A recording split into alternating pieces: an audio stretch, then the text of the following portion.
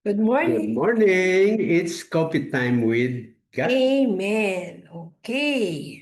Our gospel reflection for today, Jesus calls for fishermen, taken from Mark 1, verses 14 to 20. Let us pray. Come, Holy Spirit, I need you. Come, Holy Spirit, I pray.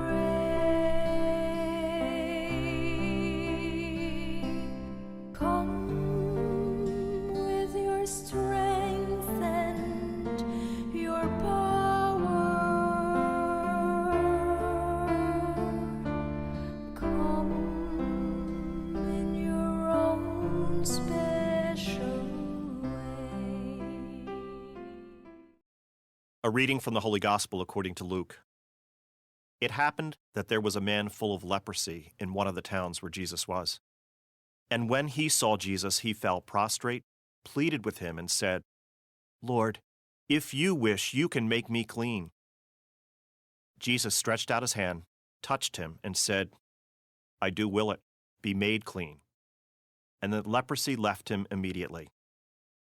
Then he ordered him not to tell anyone, but, "Go, show yourself to the priest, and offer for your cleansing what Moses prescribed. That will be proof for them." The report about him spread all the more, and great crowds assembled to listen to him and to be cured of their ailments. But he would withdraw to deserted places to pray. The Gospel of the Lord. Una kong nakita agad dito yung after John had been arrested, Jesus came to Galilee, proclaiming the gospel of God. Dito sa gospel na to, pinapakita na may continuity si God, no? Kasi una muna si John yung nag-appear, di ba? Siya yung nagpo-proclaim. Nung nawala siya, parang siyempre, parang siguro yung prayer ni John the Baptist, sino kaya magko-continue? Tapos yun, si Jesus pala. No? Mas maganda talaga lagi yung plano ni God. So si Jesus yung nag-continue after kay John. So sinabi dito yon. And then, pag kinontinue ko pa ito, ang isa pang nagustuhan ko dito yung mga sinabihan niya, he saw the fishermen. Sinabi lang, nakita lang niya, hindi naman niya kilala. No? Tapos, pili mo, tinawag lang niya. Sumunod na agad sila. Ni wala man lang in-explain, sino ka, ano yun. So, dun pa lang nakita ko na dito kung gaano talaga ka, ibang klase talaga yung power ni Jesus. Talagang hindi siya ordinary, no? Na tao, na talagang galing talaga si God sa kanya. So, yun yung parang na ano ko, na-inspire, no? Yung continuity niya dito, pagkatapos na-confirmed na may power talaga siya to do the gospel. Kasi nung sinabihan niya yung fisherman, sumunod agad sa kanya without really knowing him and explaining what he will do. You will be fishers of men. Yeah. Ano yun? Di ba? Yun. So, yun yung ano. So, ang nakuha ko ron sa na-pick up mo, yung umpisa pa lang, after John has been arrested, Jesus came to Galilee. Yeah. And ang sabi mo, yung talagang plano ni God to save us ay talagang continuous din ang mangyayari yan. Hindi yan maiiba kung ano yung plano ni God mangyayari. So it is the evangelization. Yan yung sinasabi rito, di ba? Now, yung sabi mo lang na wala silang alam. Ang kwan dito, they are disciples of John the Baptist. Ibig sabihin, si John, nagkaroon na ng ano, parang inintroduce na niya si Jesus. Pero si Jesus, totoo na very powerful talaga. Yung kanyang pag-invite, parang talaga na ano sila, na magnetize sila, di ba? Talagang merong ganung power ang ating Panginoong Jesus. Now, ang sa akin naman, yun din, come after me. So yan yung tawag ng ating Panginoon. Yeah. Kasi ako na nararamdaman ko rin yun eh. So yun, come after me. Yan talagang pagtawag ng ating Panginoon is very, very powerful. Parang mababagabag ka, hindi ka mapapakali hanggat hindi ka tumutugon sa tawag niya. Ang problema lang minsan, pagka talagang yung ating values na yun yung pwedeng maging dahilan kung bakit minsan hindi nakakatugon ang tao sa tawag niya. Yes. Okay? So, yun yung Yeah. So, maganda rin yung napili mo yung come after me. Kasi actually, when you say, sinabi sa'yo, come after me, and then you said yes, ibig sabihin, talagang totoo yun. Totoo kang sasama sa kanya. No? Kasi pagka decision yun, no? It is really our decision. Kasi sinabi, come, follow me. Pwede kang ayoko. Di ba? Sumama ka. So, ang maganda pagkasabi ni God pwede ka pa rin humindi Di ba? Hindi yung sinabi niyang liga, sumama ka. Hindi, lang come after me. Parang ganon. Pinapakita pa rin na meron pa rin binibigyan pa rin tayo ng free will ni God. If you want to come after Him or not. Actually, yung pinaka-message na ang ganda-gandang ma-pick up natin dito, yung giving us hope. Lalong-lalo na kung parang naku, kasi di ba ito namatay si John. Ang daming taong nagtitiwala sa diyan, ang ganito, yan, talagang prophet siya, tapos pinagkakatiwalaan siya, tapos mamamatay siya. Tapos siyempre yung mga tao, naku, sino na ang papalit? Wala namang, kung nakikita mo nagpo-proclaim si John doon, wala naman siya parang mga alalay na talaga nakikita mo parehas ngayon, may assistant tayo, ganun, wala. No, biglang nag-appear na lang si Jesus doon. Although sinasabi niya na meron darating, pero hindi naman talaga nila kasamang-kasama noon. Biglang dumating na doon, nagpabinyag, di ba? Malaki na siya noon. Hindi ba yung maliit pa lang, nakikita na nilang lumalaki? So, ibig sabihin, pag nagtiwala kayo kay God, tingnan mo yung ginagawa niya, mas maganda pa kaysa sa plano natin. Biro mo yung binigay niya, si Jesus, ang pumalit kay John, di ba? Grabe yun.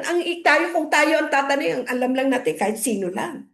Pero si God has better plans for us. Yes. So, ibig sabihin, sa message sa atin dito, when we think we are hopeless. We feel we are hopeless. But actually, that is only our feeling.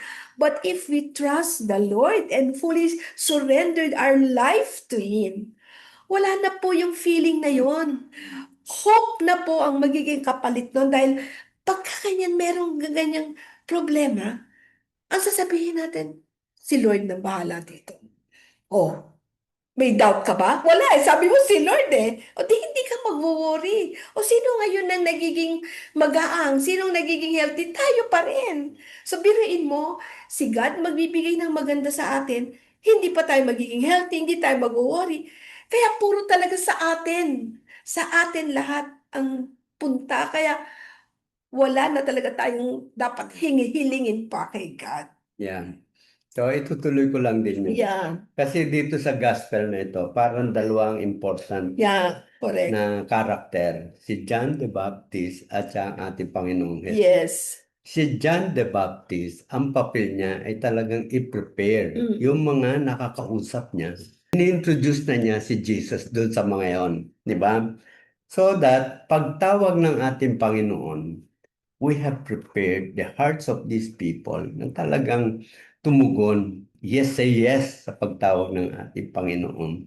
So, ang nakikita ko rito message sa atin, we are John. Yung ating trabaho is like yung trabaho ng ating Panginoon. So, hindi ba meron tayong mga nakakausap sa kapihan, sa ating pre-K doon sa mga tao nakaka-counsel natin. So, we are preparing them about Jesus. Ito ang papel ng ating Panginoon sa atin.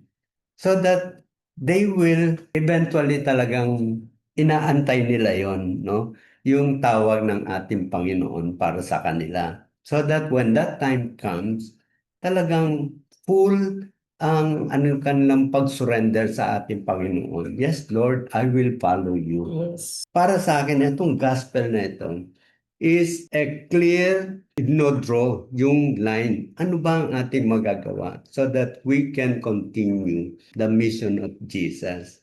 So, yun pa Yeah. rin. And yet, Jesus will be the one to kinukumpleto niya yung sinimulan natin. That is why, sabi natin, bakit tayo mag-worry na baka mamaya yung aking sinasabi sa tao hindi nila natatanggap. Diba? Jesus is there para buksan ang puso ng mga taong kausap natin. And let's not think about ano kaya, naging effective kaya ako? No, because it is not you who are effective, but it is our work Yeah. na ibinigay sa atin ng Panginoon. Meron akong dagdag, no? Ang ganda nito, no? Kasi talagang applicable sa ordinary tao. Ito yung mga niyaya ni Jesus. At tanong are you ready? No, when God calls you for a mission, come, follow me. That is mission di ba? Tingnan mo yung mga disciples. Itong mga disciples na to, sila po yung yung nagtapos. Sila po yung 12 apostles natin. Yan, nandiyan sa likod. Ano pong ginawa niya? Sabi niya, come, follow me, and I will make you fishers of men. Hindi naman niya alam kung ano ibig sabihin nun. Wala kang narinig na nagtanong, ano yun? Anong ginawa nila? They left the nets and follow him. Alam niyo ba yung anong comparison ng nets? Yan po yung hanap buhay nila. Kunyari, ako boss sa kumpanya. Biglang nagkaroon ako ng parang si Jesus tumatawag sa akin. Iiwan ko ba yung company ko? Iiwan ko ba yung trabaho ko to follow God? Ganyan po katindi yun. Sa ngayon, ganun po katindi. You are talagang totally surrendering your life. Pag sinabing life, of course, yung career kasama doon, yung trabaho, lahat. Dito naman sa isa, anong iniwan niya? Yung pamilya niya. Kasi iniwan niya, he left his father. Diba? He left his father. Iniwan niya yung tatay niya.